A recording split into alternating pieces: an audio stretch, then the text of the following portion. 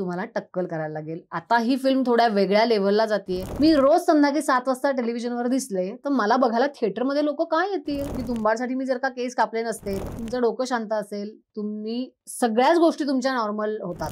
फिल्म्सना वगैरे कसं होतं, फिल्मना टोटल शूट अख्ख्या फिल्मचा तुम्ही अगदी सलग शेड्यूल लावलं ना तरी 50 दिवसात पूर्ण होतं. पण 100 फिल्म एका वर्षात रिलीज होतात मॅडम. कधी कधी नवऱ्यावरही चिडचिड होतं. ऑडिशन देण्यापासून सुरुवात करायची. स्वामींनी दिलेला माझ्यातला गुण आहे असं मला वाटतं. वेब सिरीज मध्ये आजकाल खूप वेगवेगळी कॅरेक्टर्स डेव्हलप करतात. ते सकाळी 4:30 वाजताची बस पकडून किंवा 4:30 वाजता मी बाहेर पडून सकाळी 10ला मी कॉल टाइमला मुंबईतही पोहोचलेली. टीव्ही बघणं हा अभ्यासाचा भाग आहे.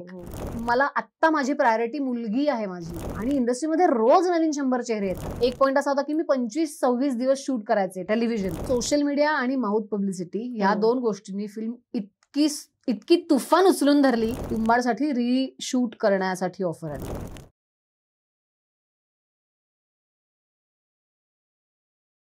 नमस्कार, MLA टॉक शो मध्ये तुमचं मनापासून स्वागत आहे. मी आहे तुमची होस्ट अभिलाषा.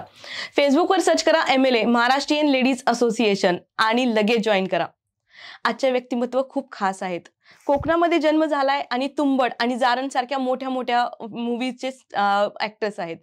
सो तुंबड सारख्या वेगळ्या धाटणीच्या चित्रपटामध्ये भूमिका असो किंवा इतर कलाकृतीमध्ये अभिनय, असं सशक्त अभिनयाने प्रेक्षकांची मन जिंकलेली ज्योती माशी मॅम.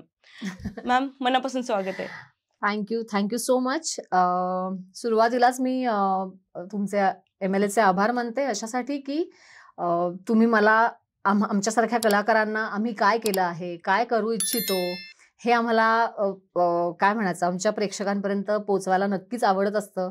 तर तुम्ही आमचं माध्यम आहात आज, त्यासाठी खूप थँक्यू. Thank you ma'am. आपला ग्रुप आहे MLA group Maharashtrian ladies association आणि 1,35,000 मेंबर्स आहेत. सो तुमची जी स्टोरी आहे ती आता एवढे लोक ऐकणार आहेत आणि त्यातून खूप लोक इन्स्पायर होणार आहेत. सो कोकणामध्ये तुमचा जन्म झाला, तिथं शिक्षण झालं. बरोबर. सो आपण एवढ्या मोठ्या ऍक्ट्रेस होऊ असं तुम्हाला कधी वाटलं होतं का? कोकणात माझा जन्म झाला, त्याच्यानंतर जवळजवळ 15 वर्ष मी कोकणात होते. बर. आणि अशा ठिकाणी होते की अजूनही तिथे खूप सगळ्या सुखसोयी आहेत किंवा असं नाही. टिपिकल छोटंसं गाव आहे, खेडे गाव आहे. माझे आई बाबा तिकडेच असतात अजूनही. आणि 10वी पर्यंत मी रामपूर नावाच्या शाळेत गावात होते. तिथेच मी माझं सगळं शालेय शिक्षण माझं रामपूरमध्ये झालं. 11वी-12वी मी चिपळूणला केलं DBJ कॉलेजमध्ये. आणि मग तेव्हा असं झालं की मला गाणं करायचं होतं. खूप लहान असल्यापासून मी हरिपाठ ऐकायचे किंवा माझा अजूनही संपूर्ण हरिपाठ पाठ आहे.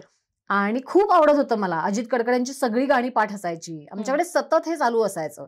आणि माझी आईचा आवाज चांगला आहे, तिला शिकता नाही आलं, पण त्यामुळे आई सतत गुणगुणत असायची. त्यामुळे ती जुनी गाणी अनेक ऐकत असायची. त्या ह्याच्यानी मला ती गाणी कानावर पडत गेली. मी गायला लागले. मग आमच्यासाठी कोकणातल्या लोकांना पहिलं स्टेज हे अवेलेबल होतं उत्सवांमध्ये. रामनवमी, गणपती जन्म, गणेशोत्सव, अशा ह्या सगळ्यामध्ये आम्ही 2-3 मुली होतो ज्यांचं असं आजचं कीर्तन मधले गाणं मी म्हणणार, उद्या तू म्हण वगैरे असं करून ललिताच्या कीर्तनांमध्ये गाण्याची सुरुवात झाली आमची.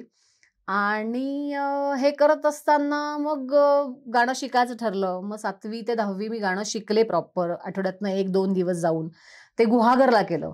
तेही रामपूरमध्ये काहीच नव्हतं. माझ्या इथून एक साधारण 25 किलोमीटर गुहागर आहे. सो माझी आई मला दर रविवारी घेऊन जायची. मग गाणं सुरू झालं माझं. मग 11वी-12वी झाल्यानंतर मला कळलं की SNET मधनं किंवा पुणे युनिव्हर्सिटीमधनं तुम्हाला ग्रॅज्युएशन करता येतं गाण्यामध्ये. सो खुश झालो. पण पुढे काय करता येईल हे कळण्या एवढं तेव्हा काय इन्फॉर्मेशनही आई बाबांनाही मिळत नव्हती किंवा आणि माझी तर समजच नव्हती की ग्रॅज्युएट तुम्ही गाण्यात झाल्यानंतर तुमचं करिअर सोर्सेस तुम्हाला काय अजून काय ओपन होतात हे माहीतच नव्हतं. त्याच्यामुळे ग्रॅज्युएट होता येत आहे तर चला गाणं करूयात म्हणून गाणं करायला पुण्यात आले मी. मग युनिव्हर्सिटीमध्ये नाही झालं तेव्हा ऍडमिशन माझी, SNET मध्ये झाली.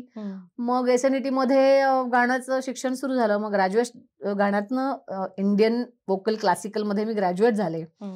आणि त्याच्यानंतर असं झालं की हे लक्षात आलं की नुसतं गाणं, जे ग्रॅज्युएशन सर्टिफिकेट माझ्या हातात आहे, ह्याच्यावरनं मला कुठेही नोकरी मिळणार नाहीये. म्हणून मग मी MA करायचं ठरवलं. पण MA करूनही काही त्यातनं अर्थार्जन, कुठेतरी तुम्ही एक मुलगी म्हणून इंडिपेंडेंट, फायनान्शियल इंडिपेंडेंट होणं सुद्धा गरजेचं असतं, जे या डिग्र्यांमधनं मला मिळणार नव्हतं, हे लक्षात आलं.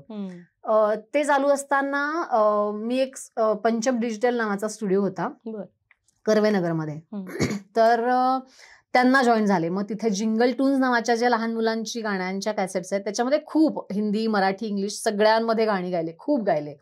मग कोरसमध्ये गायला लागले. मग स्टेज शोज पण कोरसमध्ये करायचे आणि रेकॉर्डिंग्स पण कोरसमधली व्हायला लागली. त्यातनं मला पैसे मिळत होते. पण हे तुम्ही परमनंट नाही करू शकत किंवा कोरस सिंगर व्हायचं हे माझं एम नव्हतं. पण लीड सिंगर व्हायला तेव्हा पुण्यामध्ये तुम्ही कोकणातनं आलेला असताना तुम्हाला कोणीच माहित नसतं. माझ्या फॅमिलीमध्ये कुणीही इंडस्ट्रीमधलं नाहीये ना. गाण्यातला माझा भाऊ आहे, पण तो खूप मोठा आहे माझ्यापेक्षा आणि तो प्रॉपर सिंगर आहे.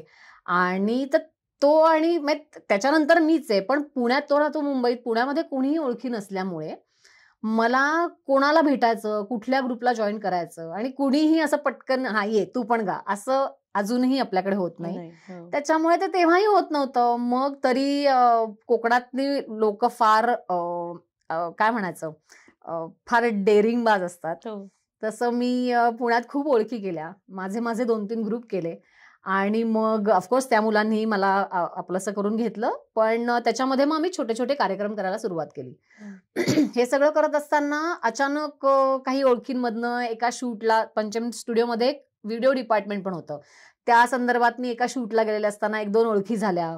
मग त्यांच्याकडनं रेफरन्स मिळाला की अशा ऑडिशन्स असतात किंवा मॉडेलिंग करू शकते वगैरे अशा संदर्भात. मग पहिलं फोटोशूट मी अनिरुद्ध बागुलकडनं करून घेतलं होतं. मला काही कळत नव्हतं. मग मेकअप आयुष्यात पहिल्यांदा मी माझ्या चेहऱ्यावर 19व्या वर्षी वगैरे केला. तोपर्यंत मेकअप हा गोष्टी मला लिपस्टिक सोडून काही माहित नव्हतं. तर ते झालं. त्यानंतर मी ती महाराष्ट्राचा सुपरस्टार नावाची एक ऑडिशन दिली आणि माझं लाईफ चेंज झालं, टोटली चेंज झालं. म्हणजे मला सुद्धा कधी कधी प्रश्न पडतो मी का गेले होते तिथे. पण परत तुम्हाला योग यायला लागतात आणि या सगळ्यांवर माझा विश्वास असल्यामुळे मी तिथे पोहोचले, असं माझं म्हणणं आहे. आणि मी पुण्यातनं सिलेक्ट झाले, मग मुंबईत सिलेक्ट झाले. मग 12 मुलं 12 मुली यांना घेऊन झीनी महाराष्ट्राचा सुपरस्टार नावाचा एक रियालिटी शो केला होता, ऍक्टिंग टॅलेंट हंट. तर त्याच्यामध्ये मी 2 राऊंड पुढे गेले आणि मग मी आउट झाले. पण तुम्ही एकदा तुम्ही स्क्रीनवर दिसलात की तुम्हाला ऑफर्स यायला लागतात. तसं मलाही ऑफर्स यायला लागल्या. आणि मग पहिली सिरियल केली मी बाजीराव मस्तानी, ज्याच्यामध्ये मी बाजीरावांच्या लहान बहिणीचं, अनुबाई घोरपडेचं काम केलं होतं.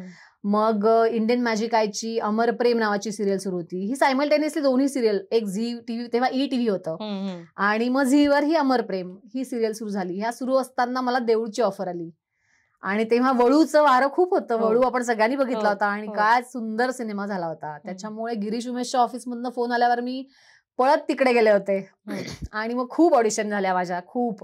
कारण मी खूपच रॉ होते तेव्हा, काहीच कळत नव्हतं मला. अभिनय म्हणजे काय करायचं हेही माहित नव्हतं.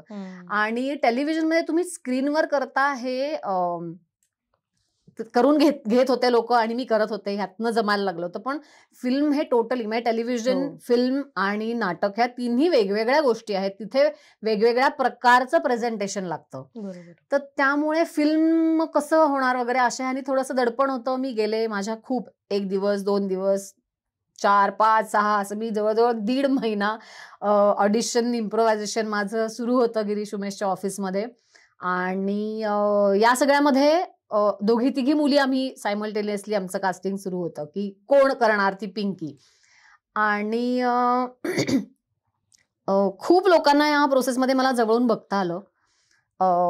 सोनाली कुलकर्णींपासनं ऋषिकेश जोशी असतील, शशांक शेंडे असतील, शर्वाणी पिल्ले असतील, या लोकांच्या सुद्धा लुक टेस्ट होत होत्या तिथे.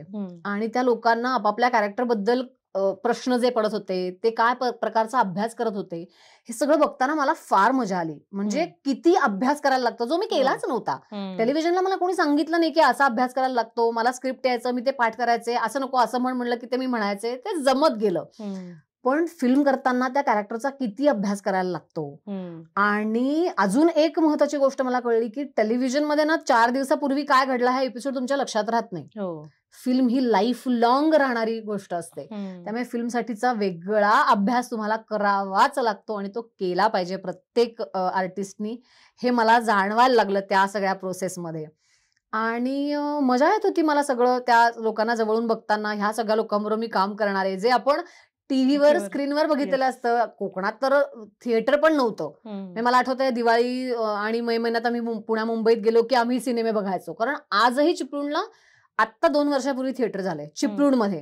गुहागर वगैरे साईडला थिएटरच नाहीये. नाटक कधीतरी इंदिरा गांधी सांस्कृतिक केंद्र पावसानंतर डागडुजी झाली की एखाद दुसरं नाटक आलं तर, पण त्याच्यामध्ये एवढी लोकसंख्या आहे की तिकीटही मिळायची नाहीत. सो अशा ह्याच्यातनं खूप नाटक बघितलेत, सिनेमा बघितलेत, असंही नव्हतं.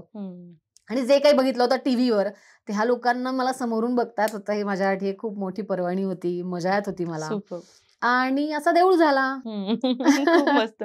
सो ह्या सगळ्या गोष्टीमधनं तुम्ही जेव्हा जात होता तेव्हा घरच्यांचा पाठिंबा होता, त्यांना काय म्हणजे काय वाटत होतं की हे धाडसी निर्णय काय कसं? खरं सांगू का, मी पहिल्यापासूनच थोडीशी धाडसी असं नाही, पण म्हणजे मला काहीतरी तेच करण्यात मला रस नव्हता. जेव्हा मी पुण्यात आल्यानंतर मला हे कळत होतं की हे वेगळं जग आहे, हे वेगळं विश्व आहे, आपल्याला परत जायचं नाहीये, हे मला कळलेलं होतं. कारण कोकणात काहीच अजूनही काही तुम्हाला अशा संधी नाहीयेत, तुम्हाला शहरातच यावं लागतं. तर या सगळ्यामध्ये मी आईबाबांना खूप काय म्हणायचं विश्वासात घेतलं होतं अनेक वेळेला की मला गाणं सोडून मी आता ह्या फील्डमध्ये जातेय, तर नक्कीच मी तुम्हाला काही त्रास होईल, तुम्हाला काही चुकीच्या गोष्टी कळतील, हे असं होऊ देणार नाही याची मी तुम्हाला खात्री देते, पण मला हे करायचंय. अजून एक गोष्ट अशी होती की गाणं करत असताना तुम्हाला नक्कीच मिळतात, तुम्हाला रियाज आणि तुमची प्रॅक्टिस आणि तेवढी वर्ष तुम्हाला घालावी लागतात कुठल्याही गोष्टीमध्ये, तेव्हा तुम्हाला त्याचे रिटर्न्स मिळायला लागतात. पण तेवढा वेळ होता का माझ्याकडे? तर नाही. आणि माझ्यासमोर हे इतकं इझी चालून आलं होतं सगळं. तर ह्यातनं मला लगेच म्हणजे मी सुपरस्टार मधनं आऊट झाल्यानंतर मला लोक रस्त्यात ओळखायला लागले होते. वय लहान असतं तुमचं तेव्हा, तुम्हाला इतकं भुरळ पाडणाऱ्या गोष्टी असतात ह्या की बापरे हे किती भारी आहे, ह्यातनं मला पैसे मिळतायत, माझं नाव होतंय, मला फेम मिळतंय, तर हे गोष्ट फारच छान आहे गाण्यापेक्षा, असंही एका पॉइंटला डोक्यात विचार येऊन गेले. आणि त्याच्यामुळे मी बाबांना सांगितलं मला ह्यात प्रयत्न करायचा आहे, मला आपणहून चान्स मिळतो तो मला हे सोडायचा नाहीये. तर आईबाबांनी सांगितलं की जे काही करशील तुझा बॅकअप तू एक ठेवलेला आहेस, ते नाही झालं तर आपल्याला गाणं परत करायचं आहे आणि तुला हे तू लक्षात ठेव. तर मी म्हणलं की ठीक आहे. मग ह्या नोटवर आमचं हे काम सुरू झालं आणि मजा घेत गेले मी प्रत्येक कामाची. मला चांगली लोक भेटत गेली आणि गाण्याच्या संदर्भातही मला खूप चांगले लोक भेटले. आणि फिल्म इंडस्ट्रीमध्ये खूप चांगले लोक, आजपर्यंत मला सगळे चांगले लोक भेटलेत. कुठेही मला त्रास झालाय सेटवर वगैरे असं कधीही झालेलं नाहीये, किंवा मला कोणीतरी काहीतरी माझ्या इच्छेविरुद्ध काहीतरी मला करायला लागलंय असं काही झालं नाही. किंवा कामाच्या बाबतीत सुद्धा की मला नाही तुला हे असं म्हणावंच लागेल किंवा तुला हे करावंच लागेल असं नाही झालेलं की तुझी हे असं करायचंय. इव्हन तुंबाडच्या वेळी सुद्धा की तू ठरव, मला कॉल घ्यायचा होता, हा उत्तम फिल्म ऑफर झाली होती, पण ते मला चॉईस दिल्यामुळे मला वेळ मिळाला तेवढा विचार करायला. मला तरी 2-3 दिवस दिले आणि मग मी निर्णय घेतला होता तो. सो देऊळ हा नॅशनल अवॉर्ड मिळाला होता, त्याचा फर्स्ट मूवी आणि त्यालाच नॅशनल अवॉर्ड मिळालाय तुमच्या फर्स्ट ह्याला. सो सेटवरचा पहिला दिवस कसा होता आणि काय काय शिकला त्यामध्ये? बापरे, देऊळच्या सेटवरचा पहिला दिवस खरं सांगायचं तर मला आठवतही नाहीये. तुम्ही आता सांगितल्यावर मला असं मी आठवायचा प्रयत्न करतेय, पण खरंच आठवत नाहीये.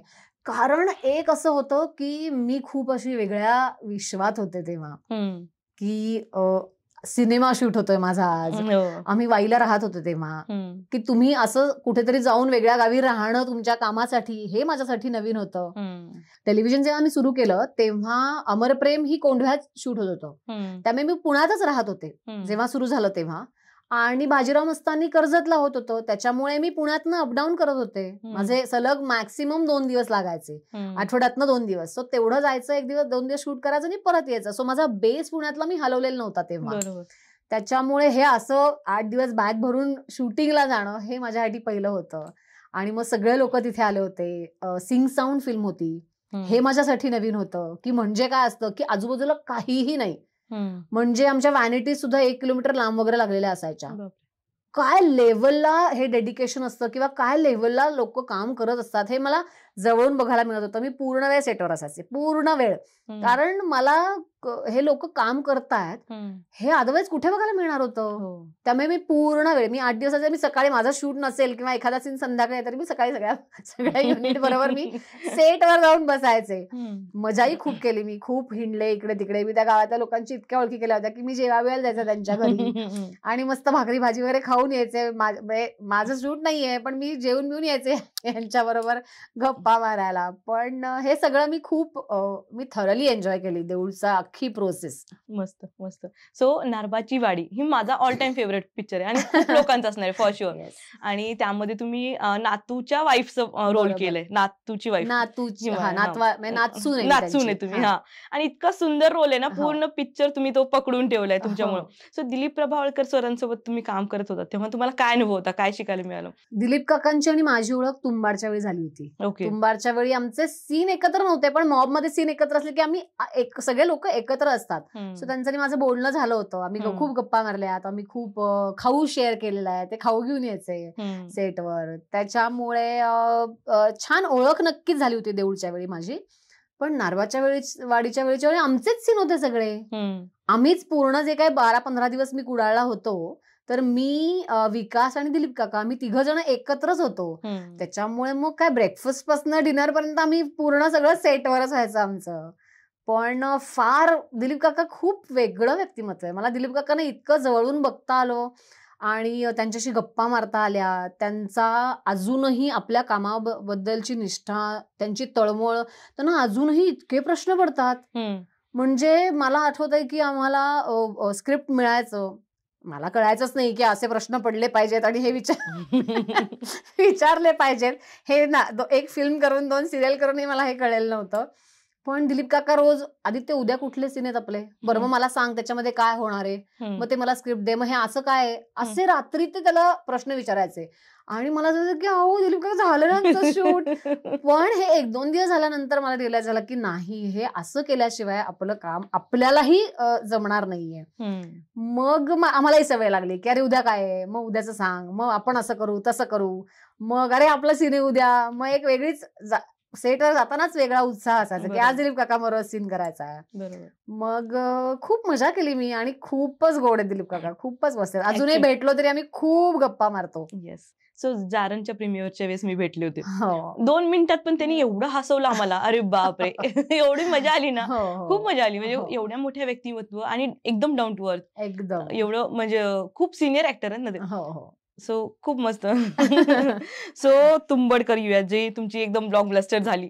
सो पहिल्यांदा पाहिली, नंतर बरेच दिवस आम्ही नेटफ्लिक्सवर किंवा ह्याच्यावर पाहिली, प्राईमवर पाहिली, त्याच्यानंतर परत रिलीज केली. सो तुंबडच्या भूमिकामध्ये तुम्हाला केस कटिंग करावं लागलं, जे की तुमचं आता लग्न जवळ आले. सो एवढं मनोधैर्य कुठून आलं तुमच्याकडे? की का मनोधैर्य कुठून आलं मला माहित नाही.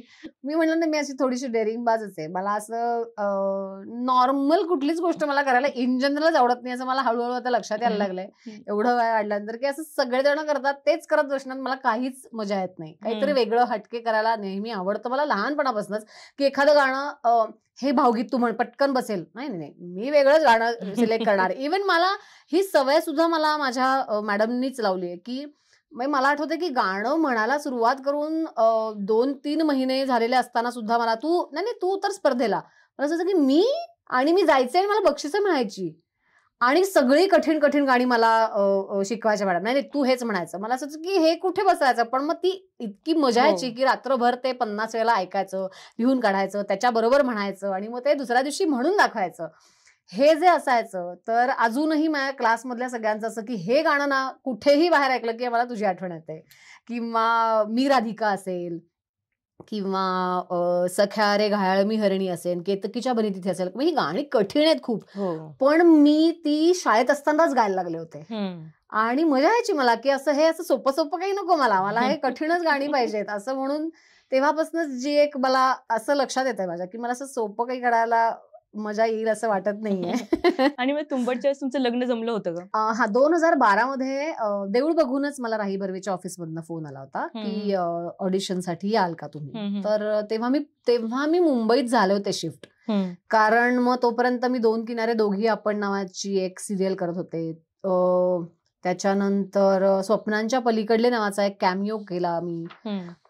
मग ह्या सगळ्यासाठी मला मुंबईत जावं लागलं. मग मी मुंबईत शिफ्ट झाले होते. 2-4 जणी मुलींबरोबर मी शेअरिंग बेसिसवर राहत होते आणि त्या ह्याच्यात मला फोन आल्यावर मी गेले होते त्याच्याकडे गेल्यानंतर मी पहिल्यांदा अशी स्क्रिप्ट 500 पानांची मी पहिल्यांदा बघितली.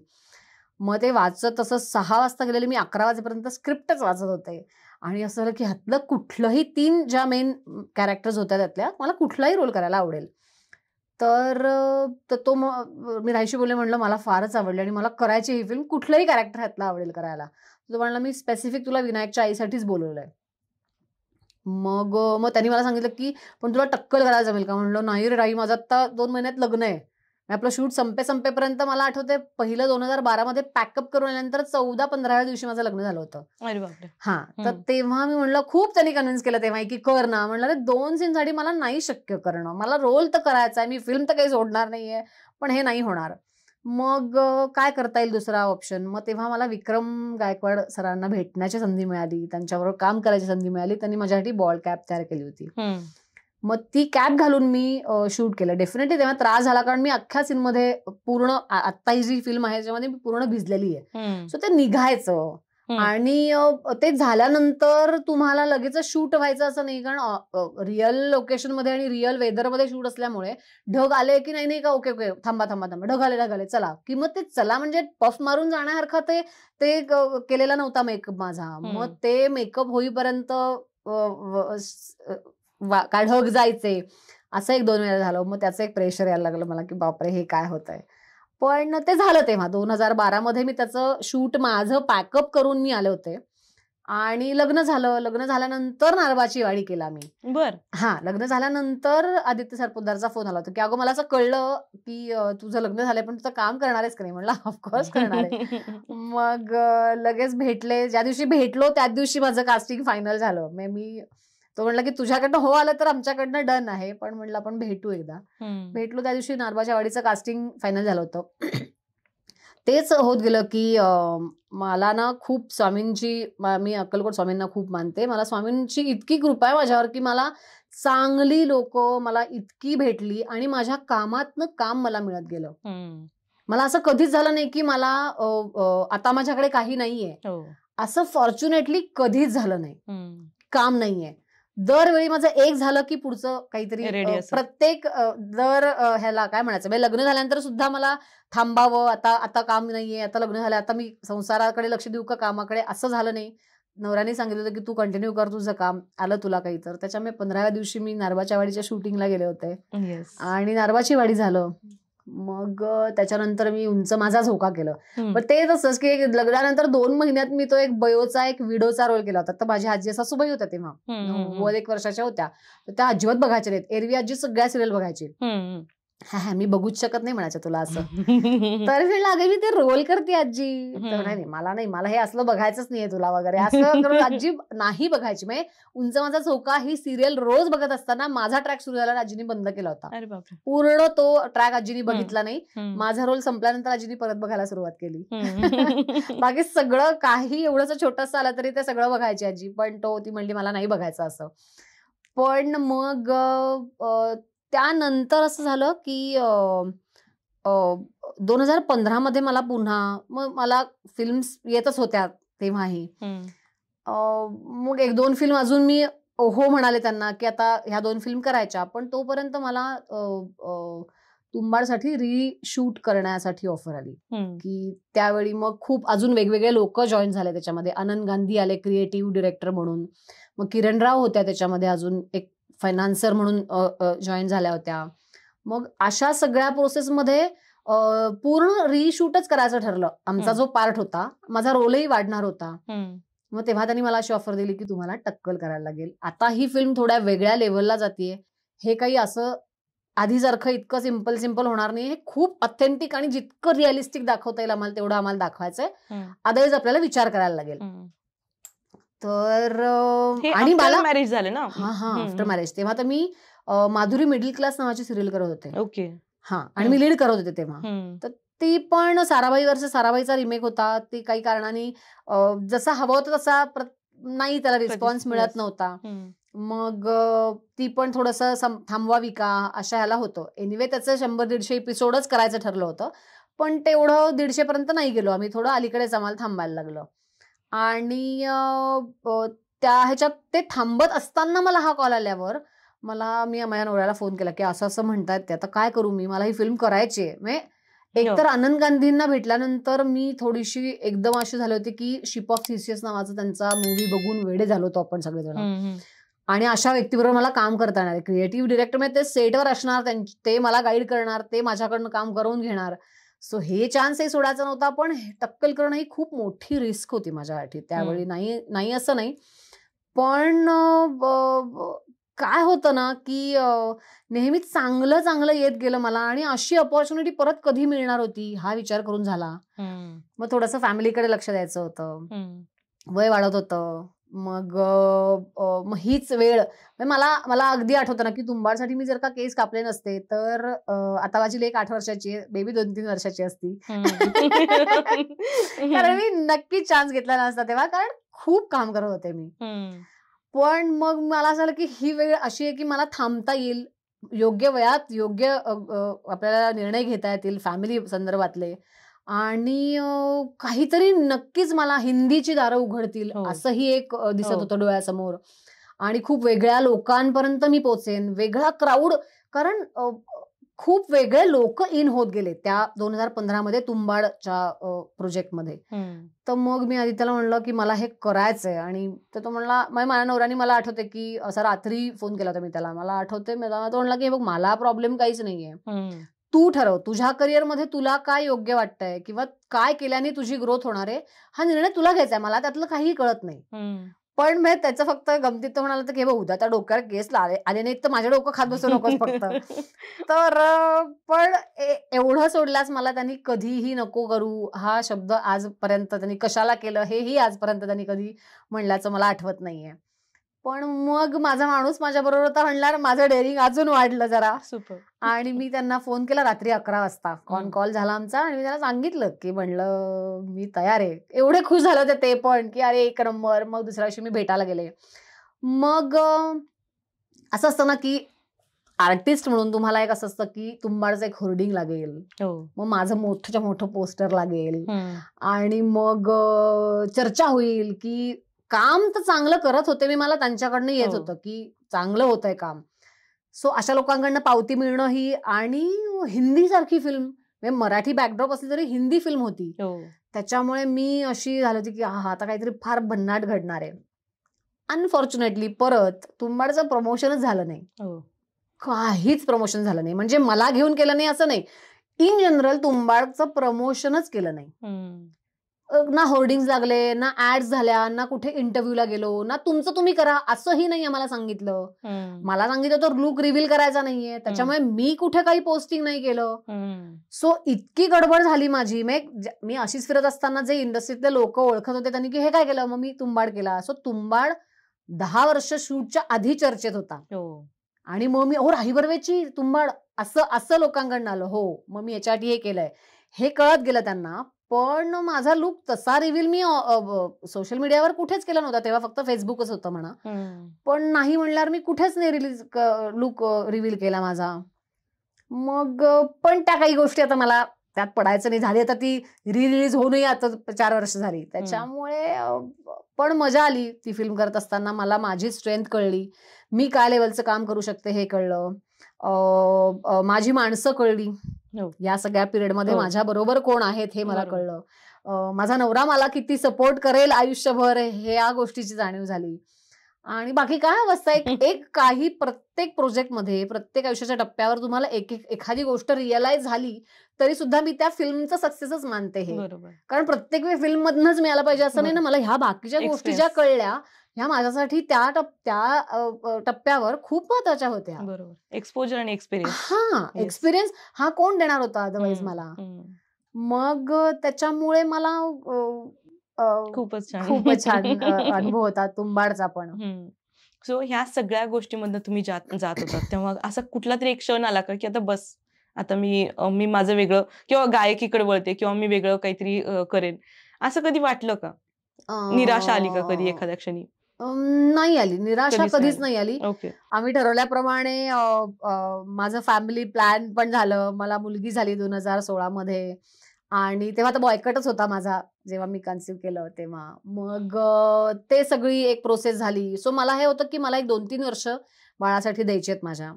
तेवढं मी मेंटली प्रिपेअर्ड होते की नाही मला आता हे 3 वर्षात मला एकदाही विचार आला नाही की बापरे मी काम थांबवलंय आता मी कसं करू कधी करू. असं झालं नाही. 3 वर्षानंतर मला मी परत बॅक टू नॉर्मल, वजन कमी करून झालं होतं प्रॉपर सगळं की आता जायचं आपण कामाला सुरुवात करायची, छोटं छोटं का होईना परत लोकांसमोर यायचं. मी एक फिल्म ऑलमोस्ट डन झालं की आपण शूट सुरू करूयात एप्रिलपासून आणि मार्चमध्ये लॉकडाऊन झाला. सो मी जो 3-4 वर्षाचा 2015 पासूनचा जो माझा 2019 पर्यंतचा जो ब्रेक झाला फॉर माय डिलिव्हरी आणि सगळं टक्कल आणि ह्या सगळ्या ह्याच्यामध्ये तो ब्रेक अजून 2 वर्ष वाढला. आणि आता सोशल मीडिया आणि ह्या सगळ्या गोष्टींमुळे तुम्ही out of site out of mind होऊन जाता. तुम्ही कितीही भारी काम करा. भारी काम करणं मी काय अशा 50 फिल्म आउटस्टँडिंग करून ठेवलेली नाहीत. मी जेमतेम 4 फिल्म केलेल्या आहेत. आणि इंडस्ट्रीमध्ये रोज नवीन 100 चेहरे येतात रोज. आणि ते इतके ऍक्टिव्ह आहेत की तुम्हाला देऊळ बघितल्यानंतर कोणीतरी मला फोन करून सांगतं की अरे तुला बघितलं बरं का मी काल. मला आठवते की अरे ज्योती मालशे कोणीतरी आहे, किंवा नारळाची बाडे बघितल्यावर, तुंबाड बघितल्यावर. सो या ह्याच्यामध्ये तेव्हा मात्र मला त्रास व्हायला लागला की आपण खूपच मागे पडलोय. आणि मग कोविड संपता मला डेंग्यू झाला. मग त्या कोविडमध्ये लोकांची नॉर्मली वजन कमी झाली आहेत घरची कामं करून, आय डोंट नो वाय, पण माझं वजन खूप वाढलं. आणि मग डेंग्यू आणि ते अँटीबायोटिक आणि सगळं ह्याच्यात माझं खूपच मी टोटली फ्रस्ट्रेट झालो होती की आता कधी काम सुरू करू मी. आणि मग ती फेज अशी होती की माझ्या लेकीची शाळेचं सगळं सुरू झालं होतं. मग आम्ही शाळेतच गेलो नाही. 3 वर्षानंतर नॉर्मली प्ले ग्रुप वगैरे सुरू होतो, त्या कोविडच्या पिरियडमध्ये ती शाळेतच गेली नाही. त्यामुळे तिला इतकी सेपरेशन एन्झायटी सुरू झाली की आई कुठेही घराबाहेर भाजी आणायला गेली तरी आई कधी येणार ही खिडकीत उभं राहून वाट बघायची लेक माझी. एवढं झाल्यानंतर ते फ्रस्ट्रेटिंग होतं माझ्यासाठी की अरे हे काय आहे, म्हणजे मी बाकीच्यांची मुलं बघते अशीच सोडून जातात, ही मला 10 मिनिटं सोडत नाहीये, मी कशी सुटणार आहे ह्याच्यातनं. मग ती एक फेज झाली आयुष्यात की खूप चिडचिड. मग तिच्या ऍडमिशनची एक हे झाली की शाळेची ऍडमिशन आजकाल इतकं मला तर माझी शाळा कशी झाली आठवत नाहीये. आणि आता ह्या मुलांच्या ऍडमिशन पासून मी पुण्यातली नसल्यामुळे शाळा कुठल्या आहेत हे शोधण्यापासून सुरुवात होती माझी. जोपर्यंत तुम्ही त्या फेज मध्ये येत नाही तोपर्यंत मी कशाला शाळा बघतीये. मग शाळा कुठल्या, मग त्या 5 किलोमीटरच्या रेडियस मधल्या असायला पाहिजेत. मग SSC हवी का, CBSE का, SCSE का, अमुक काय ते 50 गोष्टी. मग तू एज क्रायटेरिया ही 1 वर्ष 1.5 वर्षाची फेज होत्या अशा त्याच्यानंतरच्या. मग त्यातनं झालं मग आता ती ऍडमिशन हे प्रकार झाला. मग अभ्यास पहिल्या दिवसापासून यांचा अभ्यास सुरू झालाय. आणि माझा नवरा लॉयर आहे त्याच्यामुळे तो तर घरीच नसतो. मग आता हे काही ऍक्सिडेंटली झालेलं नाहीये आपल्याला त्याच्यामुळे तिला वेळ तर दिलाच पाहिजे, आपल्याला हवं होतं म्हणून आपण आणलं या जगात. सो मग कुणी वेळ द्यायचा. मग असं ठरलं की माझं स्ट्रगल आहे आता. मी असं नव्हतं की मला 50 फिल्म, मला हे वाटत होतं की मला जर का समोर 10 फिल्म असतात तर डेफिनेटली माझा नवरा म्हणला असता की मी ऍडजस्ट करतो तू काम कर. पण तेव्हा मला दिसत होतं की माझ्यासमोर आता मला जाऊन ऑडिशन देण्यापासून सुरुवात करायची. लोक विसरून गेलेत मला. तर या प्रोसेसमध्ये मला एवढा वेळ देणं शक्य नव्हतं. ती उमेदीचा काळ होता त्याचा पण माझा पण. मग आम्ही दोघांचे असं झालं की तू थांब तिच्यासाठी घरी, तुझ्या आणि माझ्या दोघांच्या वाटणीचं काम मी करतो, माझ्या आणि तुझ्या वाटणीचं दोन्ही तिला सांभाळायचं काम तू कर. अशा ह्याच्यावर आम्ही आलो आणि मग मी फुल टाइम घरी थांबले आणण्यासाठी. आणि आदित्य फुल टाइम लॉयर प्रॅक्टिस झाली, करतच होता. पण मग हे काही गोष्टी क्लिअर झाल्यावर ना तुमची चिडचिड होत नाही, कारण मुलांना आईच लागते एका पिरियडला, आणि माझ्या लेकीला अजूनही मीच लागते. मला एक चांगली गोष्ट. पण आता असं होत नाही. आता तिला हे आता मोठी झाली म्हणा, की आई शूटला जाते आणि मग परत घरी येते. हे एक 2-3 दिवस दिसले तरी आई परत घरी येते. हे जे आहे हे मुलांना थोडंसं पचायला थोडंसं वेळ गेला तिला, पण मग ती एक फेज गेली. आणि आता माझा स्ट्रगल सुरू झाला. आता खऱ्या अर्थाने स्ट्रगल चालू आहे. जेन्युइनली स्ट्रगल काय असतो हे मला आता कळतंय. कारण 2011 मध्ये महाराष्ट्राचा सुपरस्टार झाल्यानंतर 11, 12, 13, 14, 15 मी असं आठवतच नाही की मी एक महिनाभर घरी बसलीये. मला आठवतच नाहीये. दरवेळी कामातनं काम, कॅमिओ आहे किंवा छोटासा एखादं काहीतरी नाटक केलं मी मध्ये. मग प्रायोगिक नाटक चालू होतं, ऍड कर, फोटोशूट कर, फोलिओ शूट करून घे, सतत काहीतरी वाचनाला भेट. म्हणजे मला जेन्युइनली आठवत नाही की मी सलग महिनाभर मी घरी बसलीये, काही माझ्याकडे काम नाहीये. मग मला असं व्हायचं की एक पॉइंट असा होता की मी 25-26 दिवस शूट करायचे टेलिव्हिजन. तर मला तुम्ही एक दिवस सुट्टी द्या रे, तुम्ही जे दिलेले पैसे आहेत ते मला खर्च तरी करू दे. म्हणजे मी शूट केलेले पैसे माझ्या अकाउंटला जमा झाले तर रोज दिसतात मला, पण मला जाऊन स्वतःसाठी एक ड्रेसही घ्यायला वेळ तुम्ही देत नाहीये. म्हणजे असं करून सुट्टी मागायला लागायची. सो ती एक फेज होती. म्हणजे असं तेव्हा मला असं की कशाला रडत होते, आता काम शोधायला तुला फोन करायला लागतात. पण त्यावेळी ते वाटत राहणं हे स्वाभाविक होतं. पण एवढं काम केल्यानंतर मला माहितच नाही की ऑडिशनला, मला खूप भीती वाटते आता ऑडिशनला जाणं म्हणलं की माहिती असतं लोकांनाही की ह्या व्यक्तींनी हे करून ठेवलेलं आहे, त्यांच्याही अपेक्षा वाढलेल्या असतात तुमच्याकडनं की ही भारीच करेल, आणि नाही जमलं तर ही एक एन्झायटी असते. अजूनही कुठलाही कितीही मोठा आर्टिस्ट झाला तरी प्रत्येक वेळी कॅमेरा समोर बसताना पोटात गोळा येतोच. स्टेजवर उभं राहताना, म्हणजे जनरल तुम्ही सत्कारासाठी बोलवलं ना तरी सुद्धा जाऊन बोलायचं, थँक्यू म्हणायचं असतं, तरी सुद्धा एक पोटात गोळा आलेला असतो. स्टेजवर चढताना हा त्या तुमच्या कामाबद्दलचा रिस्पेक्टही असतो, म्हणून ती एन्झायटी असते तुम्हाला की तो पोटात गोळा येणं जे गरजेचं वाटतं मला. पण मजा असते ती, ते अनुभवल्याशिवाय नाही कळत. नाही, मी अनुभवते. एवढे एपिसोड शूट झाल्यानंतरही मला असं वाटतं की प्रत्येक एपिसोडला स्टार्टिंगला असं वाटतं की मी गडबडते. नाही, पण ते होतच म्हणजे. पण आता खूप भीती वाटते मला की मला ऑडिशनला जायचंय किंवा लुक टेस्टला जायचंय. आता इतक्या घटना घडतायत, रोज नवीन चेहरे येतात, रोज नवीन टेलिव्हिजनसाठी. अजूनही मला एक आहे की टेलिव्हिजनकडनं मला नेहमी फोन येत असतो की तुम्ही करणार का. पण माझा बेस सगळा पुण्याचा आहे. मुंबईत असते तर मे बी मी एक 2-4 दिवस जाऊन शूट करू शकले असते. पण पुण्यातनं उठून तुमचा अख्खा सेटअप मुंबईत हलवणं हे इतकं सिम्पल नाहीये आता. म्हणजे कुठल्याच बाबतीत नाहीये ना, तुम्हाला फिजिकली शक्य आहे ना फायनान्शियली शक्य आहे. तुम्ही उठला, चला आज मुंबईत जाऊन राहू. एकटं असताना गोष्टी वेगळ्या होत्या. म्हणजे मी लग्नानंतरही 4 वर्ष जवळजवळ मुंबईत राहत होते. टक्कल करेपर्यंत मुंबईत राहत होते मी. तर त्यामुळे आता खूप डिफिकल्ट वाटतंय मला. पण मी वाट बघणार हे तर नक्की आहे. मला मी खूप सिलेक्टिव्ह काम करत गेली आजपर्यंत, तर मला तसंच काम ह्याच्या पुढेही करायचंय आणि मी तसंच करणार आहे, मला माहिती आहे. मे बी हा एपिसोड बघितल्यानंतर काही लोक सेटअप घेऊन इथं पुण्यात तुमच्यासाठी येतील. नाही, मला खरं सांगू का, मला टेलिव्हिजनचा सेटअप हलवणं हा पॉसिबल नाहीये. फिल्म्सना वगैरे कसं होतं, फिल्मना टोटल शूट अख्ख्या फिल्मचं तुम्ही अगदी सलग शेड्यूल लावलं ना तरी 50 दिवसात पूर्ण होतं. म्हणजे अगदी 1 महिना माझा घेतला तरी तो वर्षभरातला 1 महिना दिला ना की पुढे एडिट होईपर्यंत तुम्हाला बाकी काही नसतं. सो तो तसा शॉर्ट पिरियड असतो की मी 1 महिना नाहीये ना तर माझे आई बाबा सासू जाऊबाई नवरा सगळे मिळून माझ्या लेकीकडे बघतील.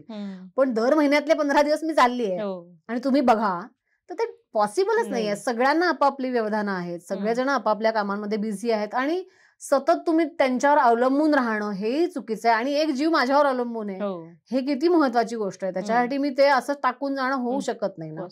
त्याच्यामुळे त्याच्यामुळे मला टेलिव्हिजन किंवा नाटक सुद्धा बघितलं तर काय सुंदर काळ चालू आहे सध्या नाटकांना. इतकी सुंदर नाटकं आणि हाऊसफुल वगैरे बोर्ड बघून मज्जा येते. मला वाटतं की अरे करायला पाहिजे नाटक.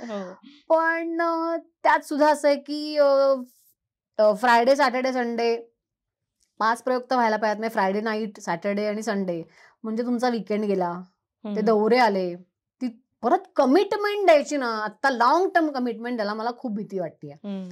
कारण आपल्यामुळे दुसऱ्यांचं नुकसान होऊ नये ही त्याच्या मागची भावना आहे. कारण चांगलं उद्या मी सांगितलं तर मला करायचंय असं मी काही लोकांच्या मागे लागले तर डेफिनेटली लोक कामाला घेतील, पण ते त्याबरोबर असं आहे की ते माझ्याकडनं तेवढी लॉंग टर्म कमिटमेंट सुद्धा एक्सपेक्ट करतील. तर ती आता मी देऊ शकेन का असं प्रश्न पडतो कधी कधी, आणि नाही देऊ शकणार आहे. अजून एक पण परत आहे, अजून 4-5 वर्षानंतर मी सांगितलं नवऱ्याला की मला टेलिव्हिजन करायचंय, ती एक वेगळी मजा असते. आणि लवकरच जरा अजून माझी लेक जरा सेटल झाली, आपलं सगळ्या गोष्टी करायला लागली, तर डेफिनेटली मी टेलिव्हिजन पुन्हा करीनच. ऍक्च्युली डेली सोपमुळे ना का प्रत्येकाच्या घरात आणि प्रत्येकाच्या मनात खूप म्हणजे नाही का प्रत्येकाच्या घरात पोहोचतो आपण. पण हे सगळं मान्य आहे मला. पण मॅडम मला एक सांगा की आई म्हणून मला आत्ता माझी प्रायोरिटी मुलगी आहे माझी. बरोबर. मी लोकांना दिसतीये, लोक मला ओळखतायत, नेम, फेम, पैसा ह्या गोष्टी कुणाला नको असतात, मलाही हव्यात. फायनान्शियली इंडिपेंडेंट असणं ही प्रत्येक स्त्रीची आजची गरज आहे आणि ही काळाची गरज आहे. पण हे सगळं मला मिळालं. मला 50 लोक ओळखतात आणि मी रोज टीव्हीवर दिसतीये, मला माझे लाखो रुपये मिळतात, पण माझ्या मुलीच सगळं सॅक्रिफाईस करायला लागतंय किंवा ती सफर होतीये, माझं फॅमिली लाईफ सफर होत आहे. तर ह्यातनं मला काय मिळणार आहे? बरोबर. ह्यातनं अचीव काय करायचं एक्झॅक्टली तुम्हाला? सो हा विचार जेव्हा मनात येतो ना, तेव्हा मला असं होतं की नाही, मी थांबेन, अजून थोड्या दिवसांनी काम करायला लागेन. म्हणजे उमेदीचा काळ असतो तुमचा, त्यावेळी काम केलं पाहिजे. हे सगळं डोक्यात आलं तरी मला ह्या ना सगळ्या आपल्या ह्या सगळ्यातनं एक सगळं करून मला घरीच यायचंय. सो माझा बेस जर का डिस्टर्ब असेल ना, तर मी कामही नाही करू शकणार. हे एक सारखं जाणवतं. म्हणून मला आता कळत नाहीये कुठून सुरू करावी. पण फिल्म्स ना एवढा वेळ लागत नाही. वेब सिरीज करायच्या, मी एकही वेब सिरीज केलेली नाही आजपर्यंत. सो मला तुमच्या पॉडकास्ट मधनं मला लोकांना नक्की सांगायला आवडेल की मला जेन्युइनली वेब सिरीज करायची, कारण वेब सिरीज मध्ये आजकाल खूप वेगवेगळी कॅरेक्टर्स डेव्हलप करतात ते, आणि खूप वेगवेगळे रोल लोकांना करायला मिळत आहेत. तर मी तर वाट बघतीये मला असं काहीतरी करता येईल. आणि नेहमी देऊळसाठी मला वेगळे कष्ट घ्यायला लागले, नारबाची वाडीसाठी लागले, धर्मवीर केला मध्ये मी. सो या सगळ्यामध्ये मला लक्षात आलं की एखादी वेगळ्या तुमच्या रोलसाठी तुम्हाला तो अभ्यास, तेवढे वेगळे कष्ट घेतल्याशिवाय मला ती काम करायची मजाही येणार नाहीये. सो मला 25 फिल्म नावावर लावण्यापेक्षा मला 5च फिल्म अजून मी करीन, पण त्या खूप भारी करीन, अशी मला माझी स्वामींना प्रार्थना आहे की अशीच कामं माझ्याकडे तुम्ही येऊ द्या. डेफिनेटली त्यांना ते आजपर्यंत तेच घडलेलं आहे. त्यामुळे ह्या गोष्टी मी आता खूप वेळ मिळाला मला मध्ये की विचार करण्याचा. चिडचिड तर होतच असते की अरे यार, मी हे करू शकले असते, मला का नाही बोलवलं, मी का नाही तिथे. हे जेव्हा तुम्ही 4-5 वर्ष असं धडाकेबाज काम करता आणि तेव्हा तुम्हाला थांबायला लागतं अशा गोष्टींसाठी, तेव्हा हे फ्रस्ट्रेशन येत असतं, चिडचिड होत असते, कधी कधी नवऱ्यावरही चिडचिड होत असते. हे सगळी पण ते त्यावेळेची माझी रिॲक्शन आहे. मला समजून घेणारी माणसं माझ्या आजूबाजूला आहेत की हे वाटतं ना की मला कॉल येतो आणि मी नाही करू शकत एखादी गोष्ट, तर ते वाईट वाटतं. मला टेलिव्हिजनसाठी कॉल येऊन गेल्यानंतर मी त्यांना तिथे लगेच नाही, हो सर मला आता शक्य नाहीये, किंवा नाही गो मला आता नाही एवढी कमिटमेंट देता येणार आहे असं म्हणल्यानंतर माझा तो दिवस कसा जातो हे मला माहितीये.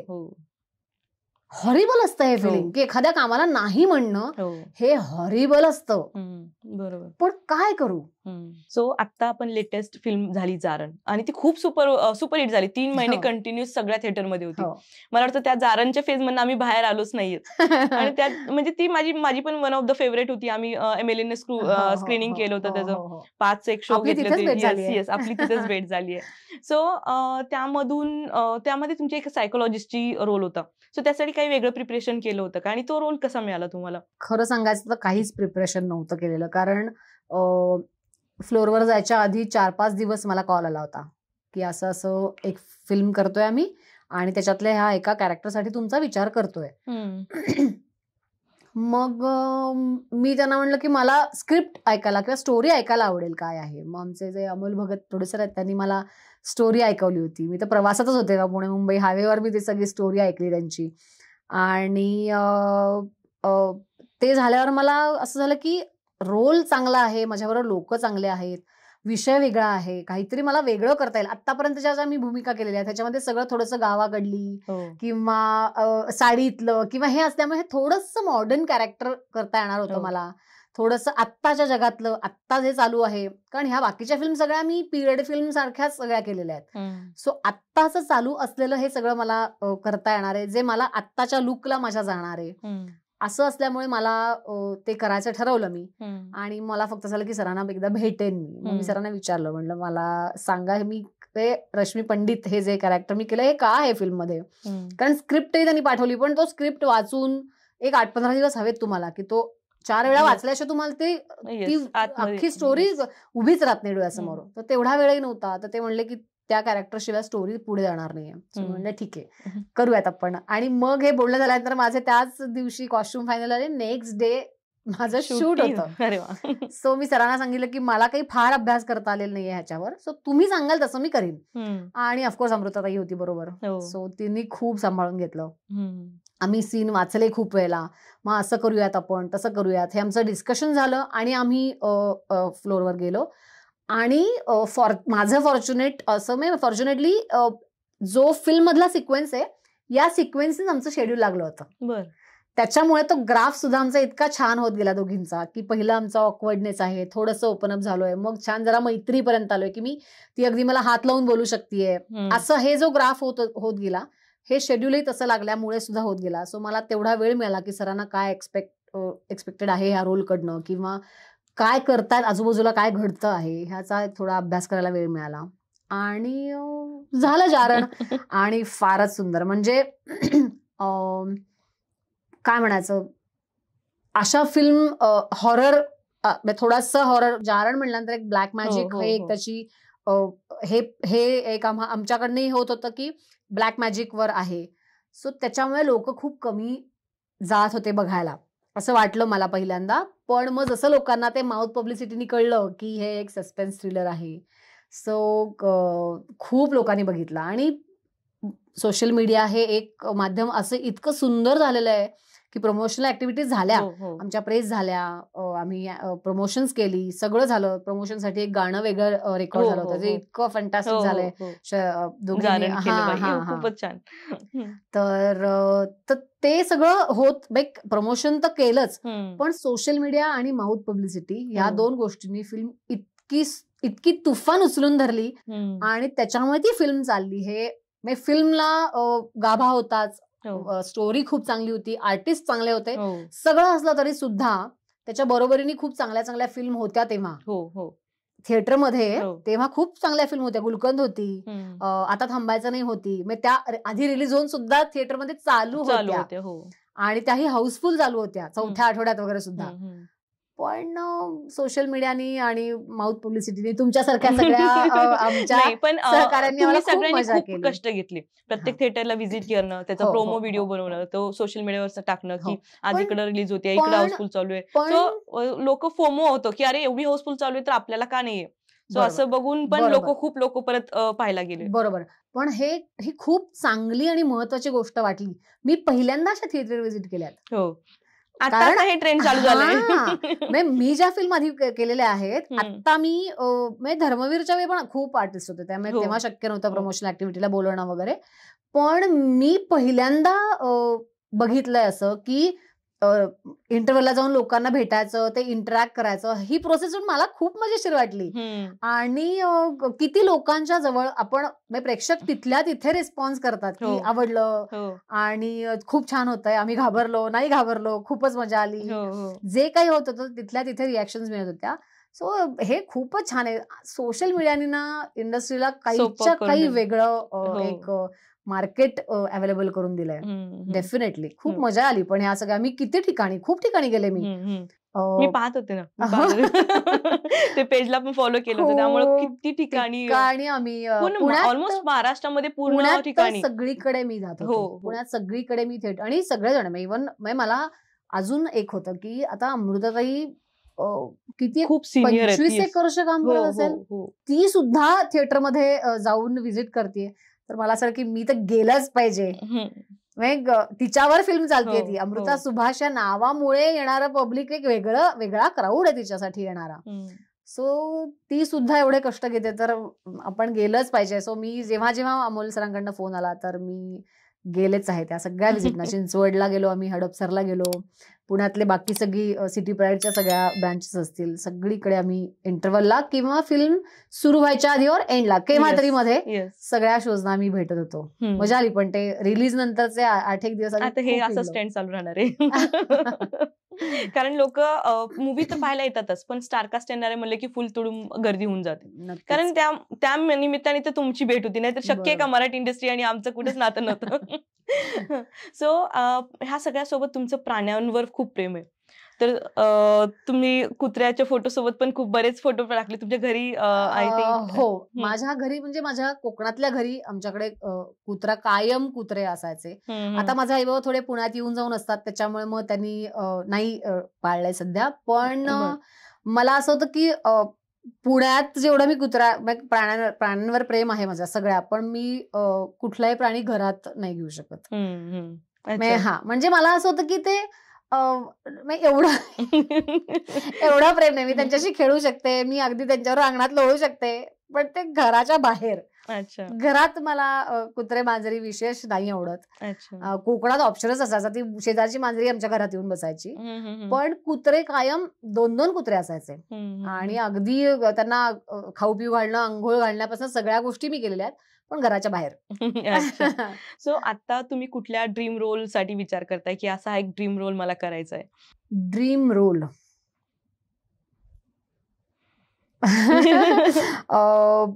ज्या रोलसाठी मला अभ्यास करावा लागेल, ज्या रोलला स्ट्रेंथ असेल, एक हिस्टॉरिकल कॅरेक्टर वगैरे असं करायला आवडेल ना. अगदीच आवडेल, अगदीच आवडेल.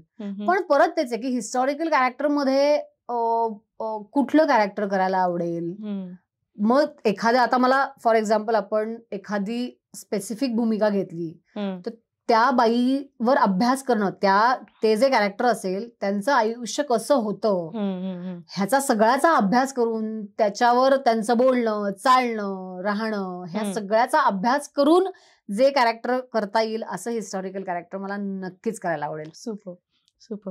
सो आता डेली रुटीन मध्ये तुम्ही स्वतःला फिट राहण्यासाठी काय काय करता? अरे बापरे. अगदी महत्वाची गोष्ट, मी डोकं शांत ठेवण्याचा प्रयत्न करते. हे खूप म्हणजे 80% खूप महत्वाचं हे ह्याच्यावर तुमचं सगळ्या गोष्टी अवलंबून आहेत. तुमचं डोकं शांत असेल की तुम्ही सगळ्याच गोष्टी तुमच्या नॉर्मल होतात. सो माझा प्रयत्न हाच असतो की शांत राहणे आणि त्या गोष्टीकडे म्हणजे थोडासा वेळ घेऊन त्या गोष्टीवर रिॲक्ट होणे, हे प्रयत्न असतात. आजूबाजूचे आपल्या अनेक घटना अशा घडत असतात की ते उद्युक्त करत असतात आपल्याला की त्याच्यावर रिॲक्ट व्हा तुम्ही. पण माझा प्रयत्न असतो की शक्यतो नको, शक्यतो मी लांब राहते अशा गोष्टींपासून. त्याच्यामुळे फिटनेसकडे आणि डाएट हे तुमचं बाहेरचं न खाणं, घरचं खाणं. मला एक्सरसाइज करायला अजिबात आवडत नाही. आणि मग योगा वगैरे मला काहीच आवडत नाही.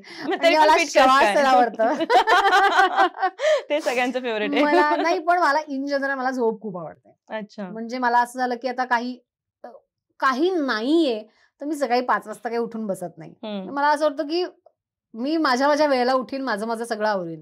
सकाळी 4:30 वाजताची बस पकडून किंवा 4:30 वाजता मी बाहेर पडून सकाळी 10ला मी कॉल टाइमला मुंबईतही पोहोचलेली आहे. ह्याही गोष्टी मी केलेल्या आहेत. पण काम नाहीये तर सकाळी लुडबुड करायला, सकाळी उठायला मला शक्यतो आवडत नाही. मला झोपायला जास्त आवडतं. आणि ह्या तुम्ही डाएट फॉलो केलं पाहिजे, एक्सरसाइज डेफिनेटली केला पाहिजे, पण हे जे रोज जाऊन जिम मध्ये वगैरे हे करणं, आय डोंट नो मला कधी जमेल. आणि मग जेव्हा ऍक्टिंग करत नसता तेव्हा तुम्ही काय करत असता? घर. ओके. आता गेली 8-10 वर्ष घर, एके घर. मग मला आवडतं, माझा नवरा दुपारी घरी आल्यानंतर त्याला जेवण गरम करून द्यायलाही आवडतं. जेव्हा मी असते आता समोर, आता आज मी जाईपर्यंत जर का तो आला तर मी त्याला जेवायला वाढायला नाहीये, पण जेव्हा तो असतो तर मला असं होतं की मी घरात आहे, तो बाहेर येतोय, तर त्यावेळी तुम्ही अवेलेबल असणं. माझी मुलगी जेव्हा 8 तास शाळेत जाऊन येते तेव्हा उठून तिला काही करायला लागत नाही, ती तिचं तिचं करत असते. पण तो जो एक मेंटल पीस असतो ना, की आपली व्यक्ती आपल्यासाठी घरी आहे थांबलेली, हे ते बोलत नसले तरी त्यांना हे जाणवत असणार आहे, हे मला माहिती आहे. त्याच्यामुळे मला असं होतं की जेव्हा नवरा मुलगी जेव्हा घरात येणार असतात त्यांची कामं करून, तेव्हा प्रेफरेबली मी घरी थांबते. मला बाहेर पडायचं असेल तर तो एवढा 1 तासभर मी त्यांच्यावर घालून मी बाहेर पडते.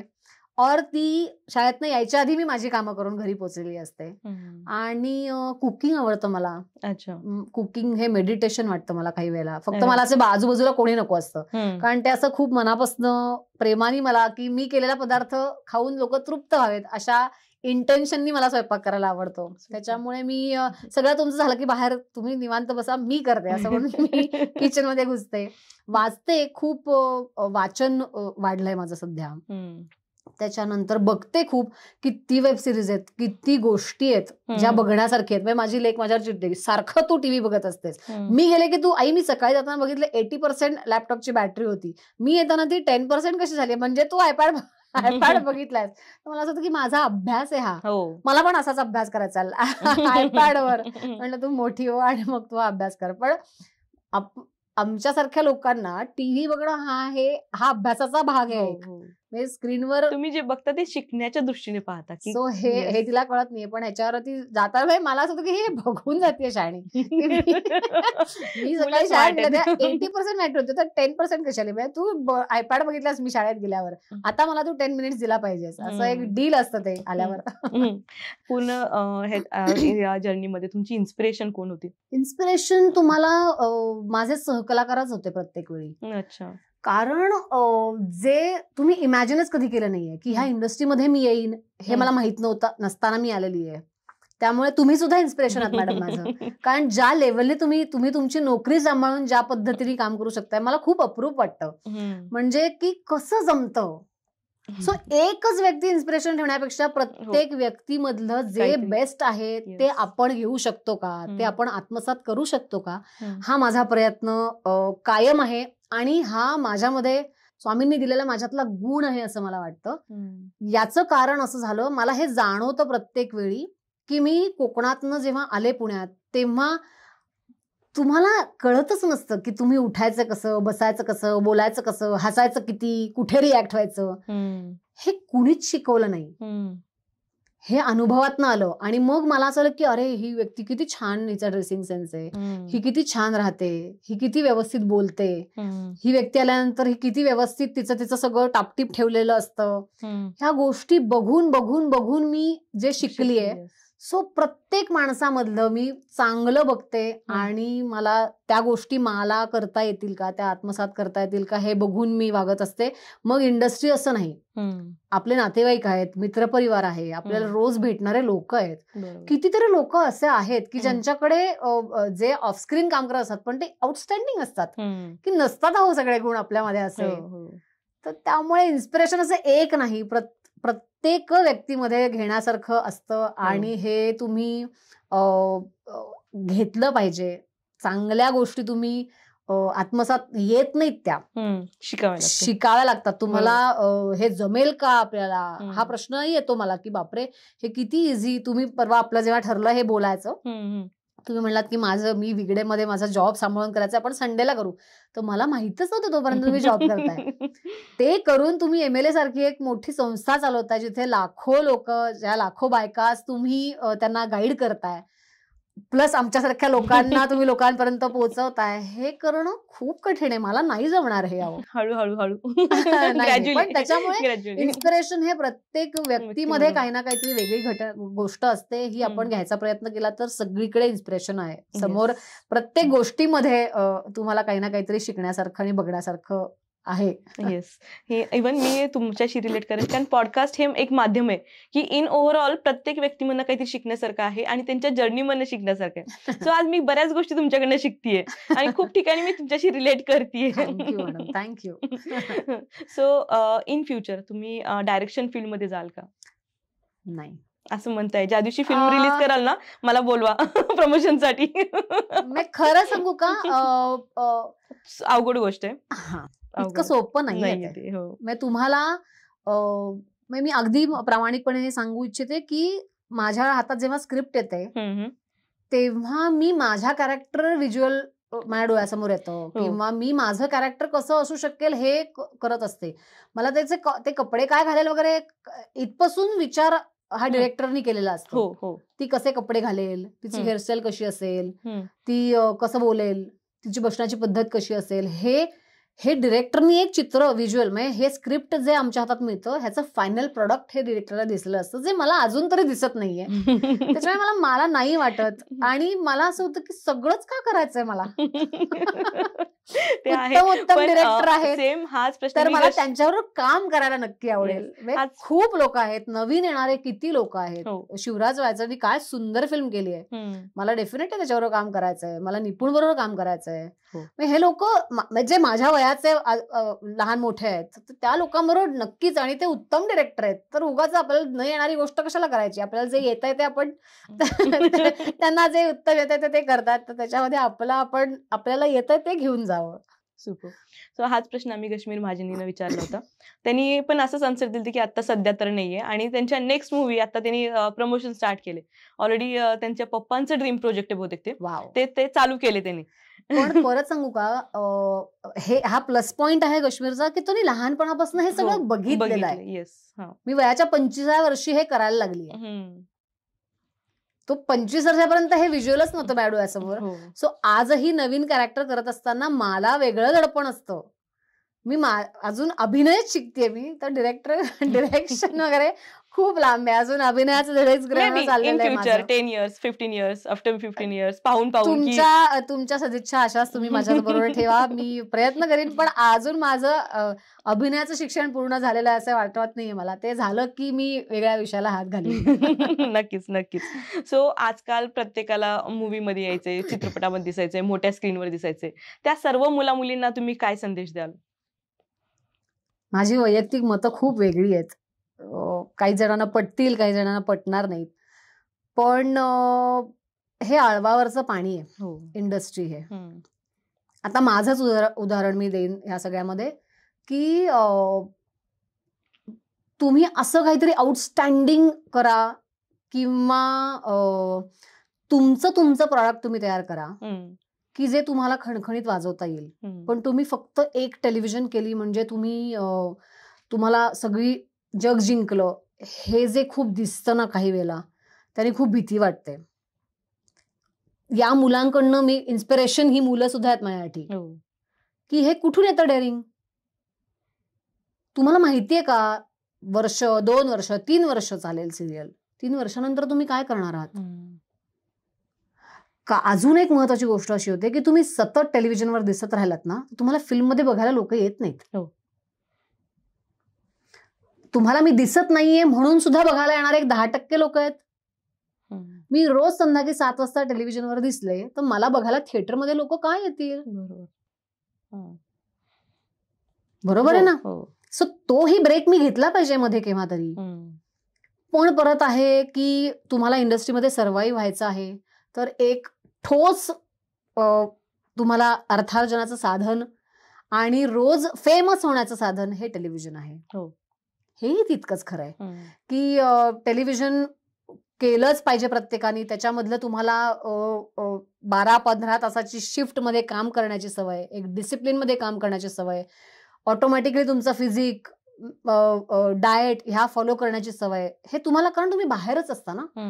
24 तासातले 18 तास तुम्ही बाहेर असता, तर ह्या सगळ्या ऑटोमॅटिकली गोष्टी तुम्हाला फॉलो कराव्या लागतात, तरच तुम्ही स्क्रीनवर छान दिसणार आहात. बरोबर. सो टेलिव्हिजन मधनं तुम्हाला नेम, फेम, मनी सगळं मिळतं, पण व्हॉट नेक्स्ट. शिस्त आणि काय आहे. मला अजून एक खूप जाणवतं ना की मे बी काही लोक आहेत की असे अनेक चेहरे आहेत की त्यांच्या नावावर सुपरहिट होतात सिरियल. हे आहेत अनेक चेहरे असे आहेत की ज्यांनी बॅक टू बॅक लीड केलेले आहेत, आणि विच इज गुड. पण हे असे एखाद दुसरी व्यक्ती असते, एखाद दुसरा अशी व्यक्ती असते की जिला तुम्ही त्या सिरियलमध्ये तुम्ही घ्या, हे सिरियल सुपरहिट होणार आहे.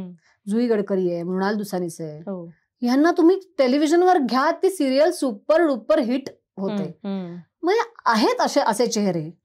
पण बाकीच्यांचं काय. मग तुमची एक लाईफस्टाईलच तुम्ही चेंज करून टाकता. की तुम्ही एक वेगळ्याच जगामधनं आकाशातनच पडल्यासारखे तुम्ही वागायला लागता. आणि मग फ्रस्ट्रेशन येतं की तुम्ही मला अगदी प्रामाणिकपणे जे अगदी माझ्यापेक्षा लहान आहेत त्यांना मी सांगेन, मोठे त्यांनी हे सगळे धडे घेतलेले आहेत, ते आता शहाणे झालेत माझ्यासारखेच. पण लहान जे आहेत त्यांना मी असं सांगेन की तुम्हाला जे मिळणारे पैसे आहेत ना, प्लीज सेव्ह करा. कारण एक सिरियल संपल्यानंतर पुढे वर्ष, 2 वर्ष, 3 वर्ष तुमच्याकडे काम येईल याची गॅरंटी नाही. आता AI आणि ह्या गोष्टी झाल्यानंतर अजून गोष्टी कमी होणार आहेत. सो तुमच्याकडे जे बेस्ट आहे ते द्यायचा प्रयत्न करा. तुम्ही ज्याच्यामध्ये एक्सपर्ट आहे ते डेव्हलप करायचा प्रयत्न करा आणि पैसे जपून वापरा. कारण ही एकमेव गोष्ट मला त्यांना सांगावीशी वाटते. कारण तुम्हाला आत्ता लाखो रुपये मिळतात, पण ते आत्ताच उडवून टाकले तर पुढची 2 वर्ष काय? आणि मग त्यातनं फ्रस्ट्रेशन येतं की तुम्ही तुमची 2-3 वर्षात एक स्टँडर्ड ऑफ लाईफस्टाईल तुम्ही सेट केलेली असते, मग त्याच्या खाली यायचं नाहीये. मग काहीही करायला सुरुवात होते, मग वाटेल त्या फिल्म्स करायला सुरुवात होतात. असंही होतं ना. मग मला जेन्युअनली असं वाटतं की बॉयकॉट केल्या पाहिजेत काही फिल्म्स. झाल्याच नाही पाहिजेत अशा फिल्म्स. थिएटर दिलीच नाही पाहिजेत अशा फिल्म्सना. कारण चांगल्या चांगल्या फिल्म्स, म्हणजे मला असं वाटतं की जर का थिएटर दिलं असतं तर आत्ता ह्या ज्या गुलकंद आणि आता थांबायचं नाही, जारण ह्यासारख्या फिल्म अजून पुढे महिनाभर चालल्या असत्या, महिनाभर अजून चालल्या असत्या. पण बाकीच्या ह्या ज्या नको त्या फिल्म्स येतात त्याच्यामुळे थिएटरवाल्यांना सुद्धा ते रिस्ट्रिक्शन असतात. डेफिनेटली सगळ्यांना घेऊन पुढे जायचं हे मान्य असल्यामुळे एक इंडस्ट्रीने सुद्धा रूल केलेला आहे की प्रत्येक फिल्मला थिएटर मिळालं पाहिजे, प्रत्येक फिल्मला बिग स्क्रीन मिळालीच पाहिजे, 1 नंबर 2 नंबरचे ऑडियन्स मिळालेच पाहिजेत. हे रूल्स आहेत. पण मग कुठल्याही फिल्ममुळे माझी फिल्म मागे पडते ना. हे जे होतं हे इतकं भयानक आहे. मग काहीही करायला सुरुवात होते, मग कुठल्याही फिल्म्स करायच्या, मग एका पॉइंटला बघायचं की फक्त पैसे मिळतात ना. हे जे सुरू होतं ना हे थांबलं पाहिजे. आणि हे जोपर्यंत सगळ्यांनी मिळून ठरत नाही तोपर्यंत ह्या अशा फिल्म्स येतच राहणार आहेत. मला कुणाच्याही त्या सुद्धा फिल्म्सना तेवढेच कष्ट लागतात, तेवढाच पैसा लागतो, तेवढेच इक्विपमेंट्स लागतात. मला त्यांना कमी लेखायचं नाही. पण तुम्ही काय करायचंय, तुम्हाला एक्झॅक्टली तुम्हाला काय करायचं आहे. फिल्म हे समाज प्रबोधनाचं माध्यम मला वाटतच नाही. फिल्म, थिएटर आणि सिरियल्स हे निव्वळ एंटरटेनमेंट या दृष्टीने बघितल्या गेलेल्या गोष्टी असल्या पाहिजेत. याच्यामध्ये जर का एखादा विषय असा निघाला की ज्यातनं एखादा संदेश जातोय तो त्या फिल्मचा प्लस पॉइंट असू शकतो. पण काहीही करत सुटतात लोक. काहीही करायचं का? म्हणजे काय त्याला गाभा आहे का? कधी कधी असं होतं की एक व्हिज्युअल दिसलेलं असतं ते नाही वर्कआउट होत, फसतात फिल्म, हेही मान्य आहे. पण 100 फिल्म एका वर्षात रिलीज होतात मॅडम. 100. त्यातल्या 10च फिल्म असतात की जे जाऊन बघाव्यात, किंवा मुलांना घेऊन जावं बघायला, किंवा आजी आजोबांना घेऊन जावं बघायला, आपण जाऊन डबल बघावी. अशा 100 पैकी 10 फिल्म असतात. कुठे जातात त्या 90 फिल्म? त्यामध्ये तुम्ही तो आर्टिस्ट वाया घालवता, तुम्ही पैसा वाया घालवता, वेळ वाया घालवता, सगळं वाया घालवता, इलेक्ट्रिसिटी वाया घालवता, किती गोष्टी वाया घालवता. त्याच्याऐवजी आणि मग म्हणायचं की नाही बजेट कमी होतं म्हणून तशी झाली. मग मला नेहमी असं वाटतं की 4 प्रोड्युसर मिळून एकत्र या ना तुम्ही. माझ्याकडे 1 कोटी रुपये आहेत, तुमच्याकडे 1 कोटी आहेत, अजून कोणाकडे तरी, असं 4-5 जण आपण एकत्र 5 कोटी रुपये जमतात. 5 कोटीत किती सुंदर फिल्म होईल. आणि मग ते 100च्या ऐवजी 95 वर येईल ना तो आकडा. अशा करत तुम्ही 50च फिल्म करा वर्षाला. परत त्याचे की हे सगळ्यांनी मान्य केलं पाहिजे, प्रत्येकाला माझा विषय चांगला हे वाटत राहणार, असे विषय माझ्या डोक्यात येत असतात आणि त्यातनं चांगलं प्रोडक्टिव्ह गोष्ट बाहेर पडतील.